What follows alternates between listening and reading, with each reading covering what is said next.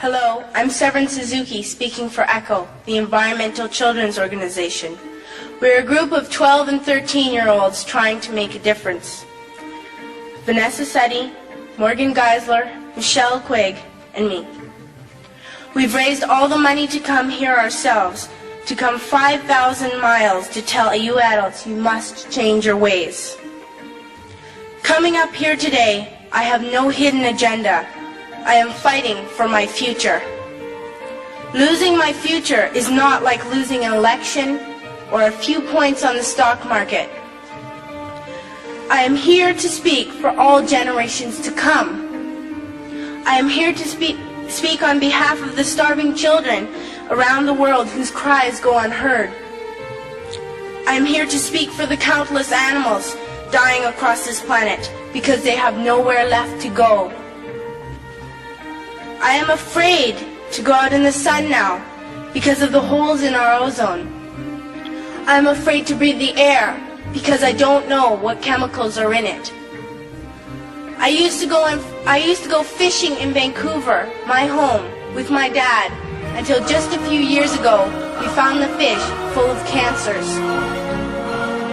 And now we hear of animals and plants going extinct, every day vanishing forever.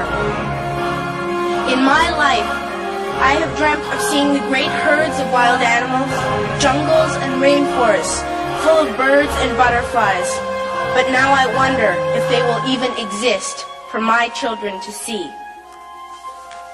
Did you have to worry of these things when you were my age?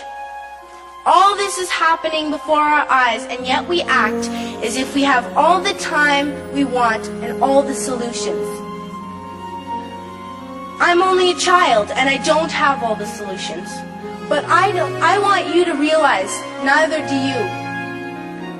You don't know how to fix the holes in our ozone layer. You don't know how to bring the salmon back up in a dead stream. You don't know how to bring back an animal now extinct. And you can't bring back the forests that once grew where there is now a desert. If you don't know how to fix it, please stop breaking it. Here, you may be delegates of your government, business people, organizers, reporters, or politicians, but really, your mothers and fathers, sisters and brothers, aunts and uncles, and all of you are someone's child. I'm only a child, yet I know we are all part of a family, 5 billion strong, in fact 30 million species strong, and borders and governments will never change that. I'm only a child, yet I know we are all in this together and should act as one single world towards one single goal. In my anger, I am not blind, and in my fear, I am not afraid of telling the world how I feel. In my country, we make so much waste. We buy and throw away, buy and throw away, buy and throw away, and yet northern countries will not share with the needy. Even when we have more than enough, we are afraid to share. We are afraid to let go of some of our wealth. In Canada, we live the privileged life, with plenty of food, water, and shelter. We have watches, bicycles, computers, and television sets. The list could go on for 2 days. 2 days ago, here in Brazil, we were shocked when we spent time with some children living on the streets. This is what one child told us. I wish I was rich. And if I were, I would give all the street children food, clothes, medicines, shelter, and love and affection. If a child on the streets who has nothing is willing to share, why are we who have everything still so greedy? I can't stop thinking that these are children my own age, that it makes a tremendous difference where you are born. That I could be one of those children living in the favelas of Rio.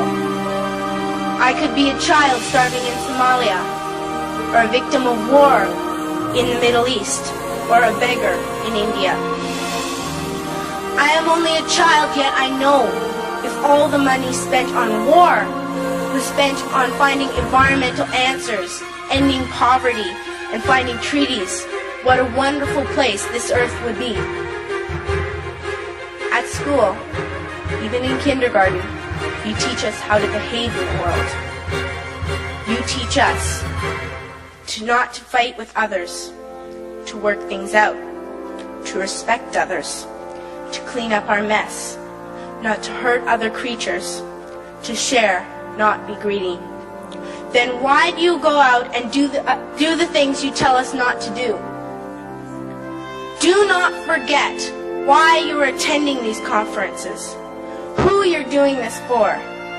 We are your own children. You are deciding what kind of a world we are growing up in. Parents should be able to comfort their children by saying, everything's going to be all right. It's not the end of the world, and we're doing the best we can. But I don't think you can say that to us anymore. Are we even on your list of priorities? My dad always says, you are what you do, not what you say. Well, what you do makes me cry at night. You grown-ups say you love us, but I challenge you, please, make your actions reflect your words.